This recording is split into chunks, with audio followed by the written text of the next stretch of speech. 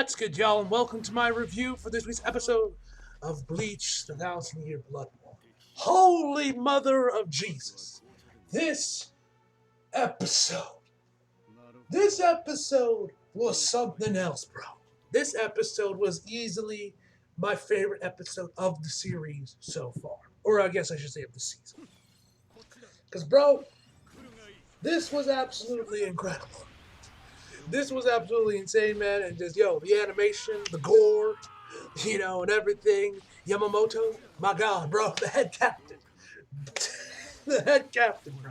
Anyway, guys, enough me rambling. Let's just jump right into the actual episode. So he starts us off. We're back at the R&D center where you got someone announced that Ichigo is on his way and that his Bankai cannot be stolen by the Quincy's. And we of course get a bunch of shots of the other Soul Reaper captains reacting to the new Toshiro, Ikaku, Toshiro, all of them.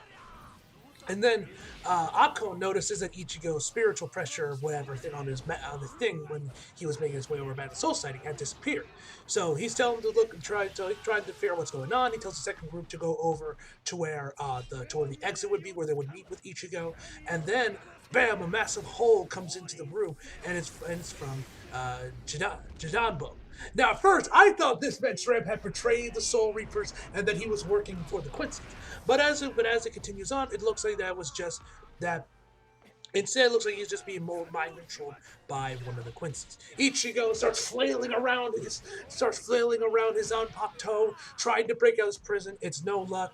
And then he gets a phone call from Akon. All he hears is nothing but screaming as Jidambo is just smashing and just killing everybody inside. You can hear Rukia screaming on in the background. And, oh my God, bro, it was so good to finally see Rukia get some screen time. I think she got some screen time a few episodes ago, but man, it's good. It's so good to hear Rukia again. So good to see Rukia again, man. I love Rukia. You guys know I love Rukia. Orihime is best girl, but obviously I have a huge soft spot for Rukia. She is awesome as well, man. It was good to hear her again. Ichigo will come. I know he will. As Ichigo keeps flailing around, and I love this shot.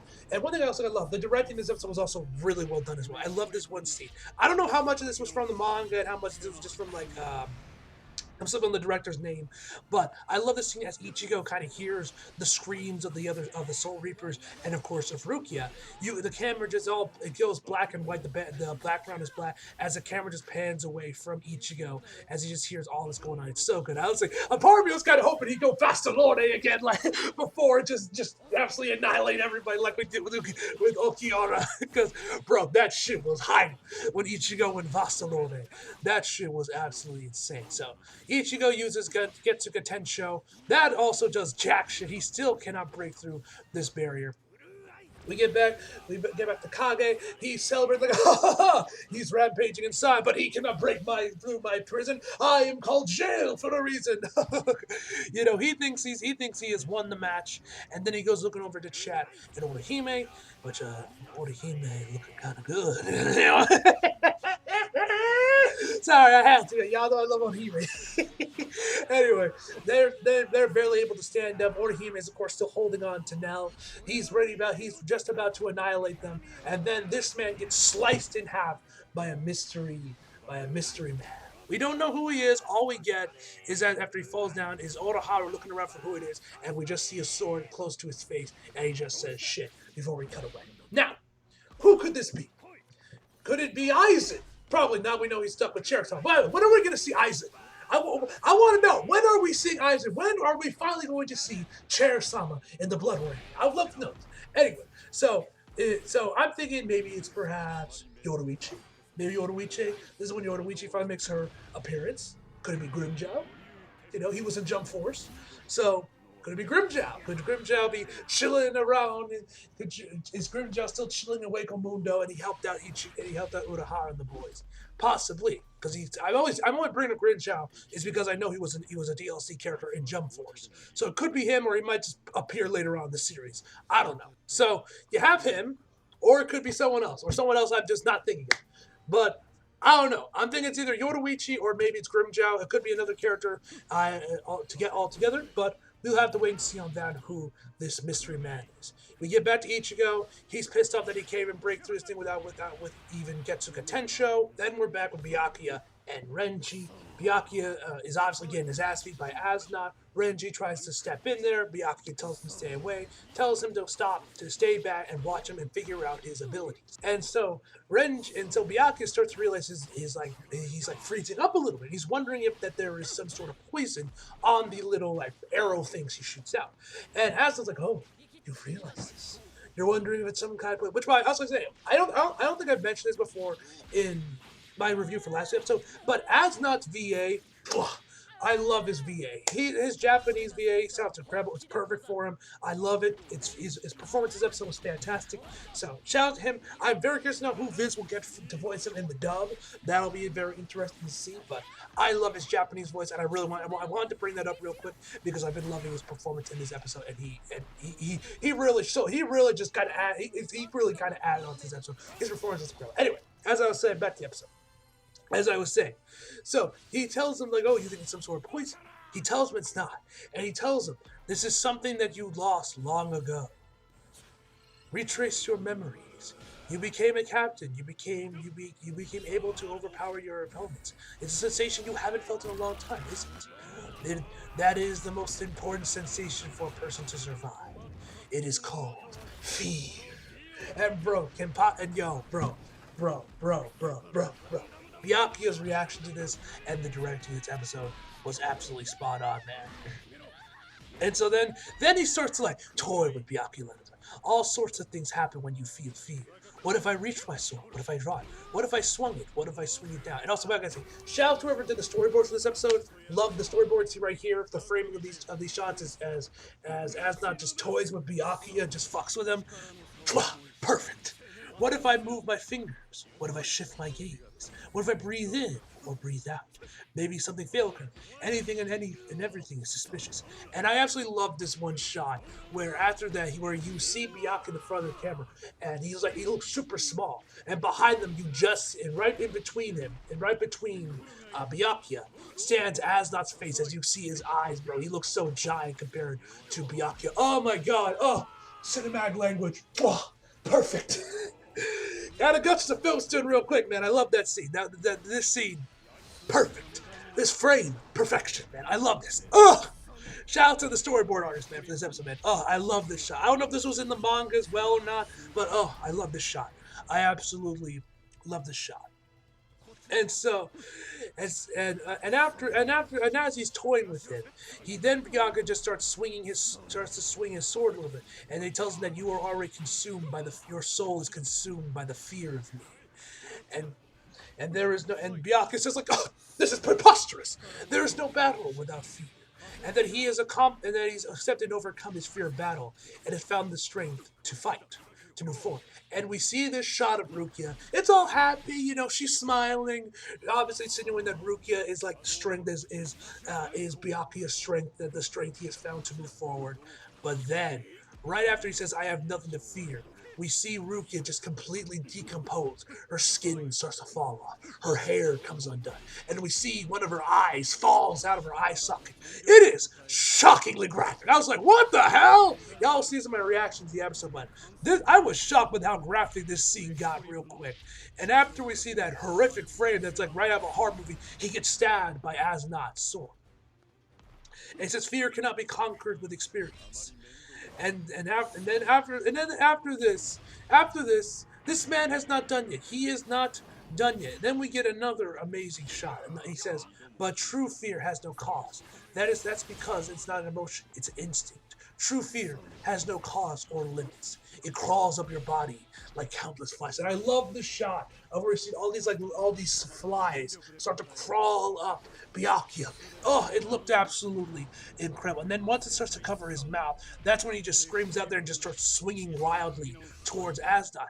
And then, to add insult to injury, this motherfucker Asnot decides to use Byakuya's Bankai against him. He uses that device he has that sucks up the Bankais and unleashes Zenbon Sakura. And they even reuse the shot we saw from the last episode, but with Asnot being replaced as Byakuya. As Byakuya is just dumbfounded as Zenbon Sakura comes right at him. And this man just gets hit with it face first. And after he gets hit with Zenbon Sakura, I love this shot or we see Rukia, and she turns and she like kind of turns, and we see one of Zenpo and Sakura's petals kind of pass by her when she turns and wonders if it's Byakuya, and that's when we get to see Byakuya when he just absolutely got destroyed by Zenbo and Sakura. Renji tries to step in there, but obviously he doesn't do much. This is when Rukia notices what's going on. She tries to go after Byakuya and Renji, and then the Quincy she's fighting is a little bit insulted by this and stabs her in two. So Renji tries to help up, but he can't do anything. Renji manages to block Zenbo and Sakura with his sword, but then Byakuya gets two full body helpings of Zenbo and Sakura back to back. How this man was even remotely able to still stand is a miracle at this point. So then, right as Renji's about to unleash his Bankai, he is then saved, surprisingly, by the Luchador, who didn't even know the lieutenants can even use Bankai. He thought it was just a captain, and as it tells him, they should have just read the papers. And so we then see Byakuya, now that he's now thrown onto this wall, bleeding everywhere. He tells Renji and Rukia, "Forgive me," as we see his sword break apart. Now, this scene, I think I'll save my theory and my talking about the scene probably till next week, because we got one more scene with Byakuya still to go, which we obviously saw that in the trailer. I believe it was probably the first one. So I'll save my theory and my little mini discussion about this scene for that episode. But I am curious on how Kubo is going to handle this, given what happened in the manga, what happened to the fandom during when this aired, when this happened in the manga. I'll go more into detail next week, because I feel that'll probably be a better chance to go over it then rather than doing it now. We might even get our answer then, but this makes me very curious on what Kubo is going to do with this, because we know how deeply involved he is with the Bleach anime. So I'm very curious to know how that's going to turn out. Anyway, after that, when we head over back to Quincy's, where we found that Yuha has also joined up with the rest of the Quincy's, and then my man Kenpachi shows up with three Quincy's pierced through his sword like it's a fucking shish kebab, bro. Fucking bro, this was probably one of my favorite parts of the episode with Kenpachi. My man, goaded. So then Kenpachi just dumps the Quincy's onto the floor. We find out their names. They're called the Roar, the Yourself, and the Question. Interesting names, but okay. So then the I guess like the head of this army of Quincy's, the guy with the blonde hair, who I don't believe we still haven't gotten his name yet. He asked him how this is even possible. He's like, "Oh, there's not much to explain. The first guy was big, but he was trash. So we just sliced the big guy, who turns himself into a monkey. I wonder if that was a Dragon Ball reference. Slices him in half. He just took care of him, easy peasy. And then the next guy, this one was probably the funniest, is that what happened was that this dude was getting on Kenpachi's nerve because he was objecting to everything about him. So you know what Kenpachi does? My man Kenpachi, like the Chad he is, just rips his throat out. This shit had me in fucking tears, man. Y'all see my reaction, but bro, I just started laughing my ass off at this one. And just just rips the dude's throat out. And then the third one, that one was actually a challenge for Kenpachi, because he transformed into Kenpachi. He had struggled a little bit, but all he needed to do was to be smarter, was just to be stronger than the impersonation of him. So it wasn't too hard for him to defeat him as well. So we find that Kenpachi really is here. He wants to fight Yuha. That is the prize for Kenpachi. He wants to fight Yuha Ba, which we finally figure out how to pronounce his name, and it's Yuha Ba. At least that's how it sounded like. Then he goes to attack Yuha Ba. Yuha Ba blocks attack with his arm. We get back to Ichigo, and from the way it's shot and everything, it looks like he can feel this or sense the spiritual pressures of Renji, Rukia, and Byakuya, and because just the way it comes off, and then he just starts gets attention some more, just swinging wildly, trying to break through as he decries he's not going to let any of you die. I will protect you all, and then we start to see this green stuff emanate from him. New form, perhaps. Maybe this might be when he gets the dual wielding Zanpakuto toes we've seen all over in basically every promotional art we've ever seen for the Blood War anime or in the series in general. But we'll have to wait and see on that. Then we get to Shuhei, who's getting his ass beat by another one of the Quincy's. This one called the Overkill. And so we find out that the Overkill, who, mind you, as he's approaching Shuhei, you could shout out to the sound mixer because and the sound design here was pretty good, where you can legitimately hear him stepping over all the dead bodies of the Soul Reapers as he slowly approaches the man, and you're the sound design here, the sound effects they use for the for just like the bones and dead skin crunching was really good, man. I thought that one was pretty good. So we find out that the Overkill was the Quincy that ended up killing um, Sasakibe. He was the one that killed the lieutenant. And so so then he goes and creates his arrow, the same arrow he used to kill Sasakibe. But then as he's shooting it towards Shuhei, the head captain Yamamoto comes in there and blocks the arrow and deflects it, man. At this point, you could hear me chanting, "You fucked up! You fucked up! You fucked up!" Like I'm at fucking WrestleMania or something, man. This episode had me going, bro. This episode had me going. So then the head captain comes in here, and man, this man is pissed. This man is so pissed. He is so absolutely just disinterested by all this shit, man. This man doesn't give a damn. And this man, not realizing that he is in the presence of the head captain of the Soul Reapers, Yamamoto, he decides to use Sasakibe's Bankai on him and to kill him with his Bankai. We finally see his Bankai, which I think is called, judging from the text anyway, Koko Goryo Rikyu, if I'm pronouncing that right. And we find basically like Toshiro's Bankai, it can control weather. This one seems to be working more with like lightning, it seems like, or maybe just wind or something. So he starts to use it on Yamamoto. He like no sells it, and that's when actually we get to see some backstory on both Yamamoto as well as Sasakibe, which I'm pretty sure is the first time we've ever gotten any sort of backstory or anything like that on Yamamoto. I could be wrong on that. Like I said, you guys know I haven't watched all the entirety of the Bleach anime while as I'm recording these reviews, but this was pretty cool. First off, first off, in my reaction, you guys will see, I actually got the two swapped. I thought young Sasakibe was Yamamoto because of the white hair, and I just thought, and I didn't even notice a big guy. But young Yamamoto straight up looks like a Tekken character. And bro, that mustache. That is the chattiest mustache I've ever seen. Mario wishes his mustache was as badass as Yamamoto's. Like, this man already had a badass beard now, but bro, this man had the baddest mustache I've ever seen, man. Look at that mustache. That just screams, and that just emanates Chad energy. You know this man fucks with that mustache, man. You know he gets all the bitches with that mustache. Oh my god.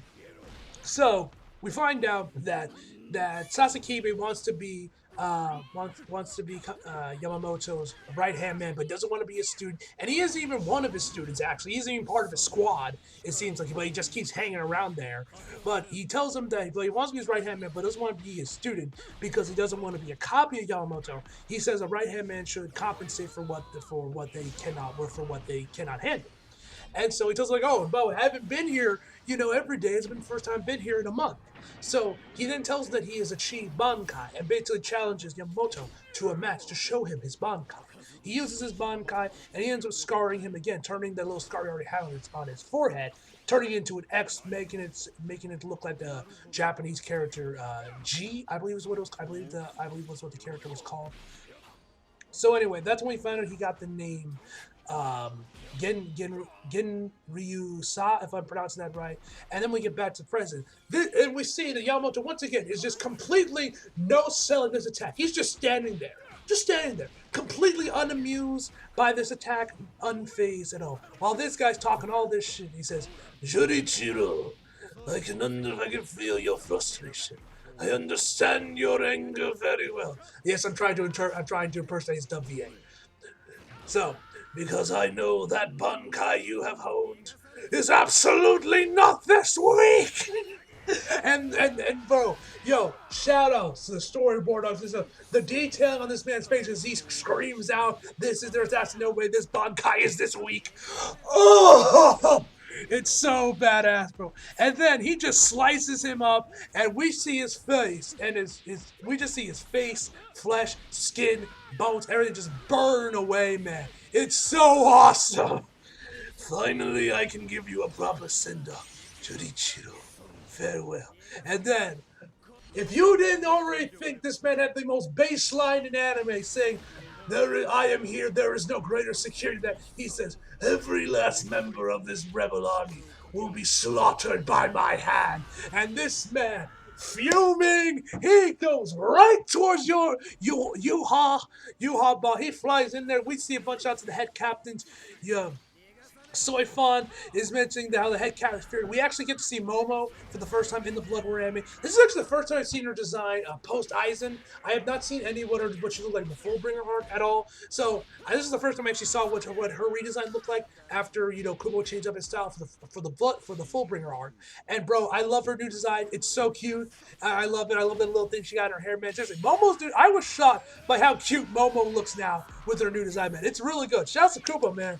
Like, he made Momo really fucking cute in the Blood War anime. So we also get to see some lines from Shinji, which I think I mentioned this before in my reaction, but I'm very curious to know if Roger Craig Smith will be returning to voice him in the Blood War anime, considering the man's voicing Sonic now. So will he be back for Bleach, or will they recast him too? We'll have to wait and see on that. But yeah. Toshiro tells them that look how hard that captain's hard. We Cavaltets cannot let ourselves be defeated. So he's ready, and then Kamamara, this man rises up on the brink of death and tells his men to get up. We cannot let ourselves stay on the ground while Master Yamamoto still stands as the core God Squad members. That would be an unacceptable disgrace. And somehow all of his men, who were mere seconds away from death, all found sensor beams off screen. That's the only thing that can explain how they're all back on their feet, ready to fight Bambia. And she's just as shocked as we are at how these men are even still standing. And we end the episode with Shunsui charging over Glock Man, Mustache Man, and that's where the episode was going to end. But we ended up getting a post-credit scene where we see that Yuhaba has basically defeated Kenpachi, and he tells him that he has overestimated him. And then, right then and there, that is when Yamamoto appears and tells him it's been thousands of years, hasn't it, Yuhaba? I've come to put an end to your life. And bro, with the fire background, bro! Oh my god, Yamamoto, bro, this man is fucking legendary, bro. This one episode told you everything you need to know why he is the head captain of the Soul Reapers, man. This whole episode told you exactly why he's the head captain. It's so fucking badass, bro. And that is where the episode actually ends. Overall, man, like I mentioned before the start of the video, this is easily my favorite episode of the Blood War anime up to this point.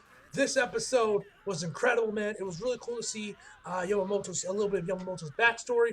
The dude straight looks, like I mentioned before, looks like a Tekken character, but he looks awesome, man. Ichigo looks like we're going to get a new form with him. Grimmjow might be making an appearance, or somebody else. We'll have to wait and see on that. And yeah, next week should be insane. We're going to see Yuhaba versus Yamamoto, and probably that's when Ichigo gets back to the Soul Society, and we hear the line of Byakuya tell him to protect the Soul Society. Anyway, guys, that is where we end this video off. Overall, I give this episode a 10 out of fucking 10, ladies and gentlemen. So, hope you guys enjoyed the video. Like if you did, subscribe if you're new. Follow me on my socials if you feel like it. Links down in the description box below. And as always, come back for more. See you guys next time. You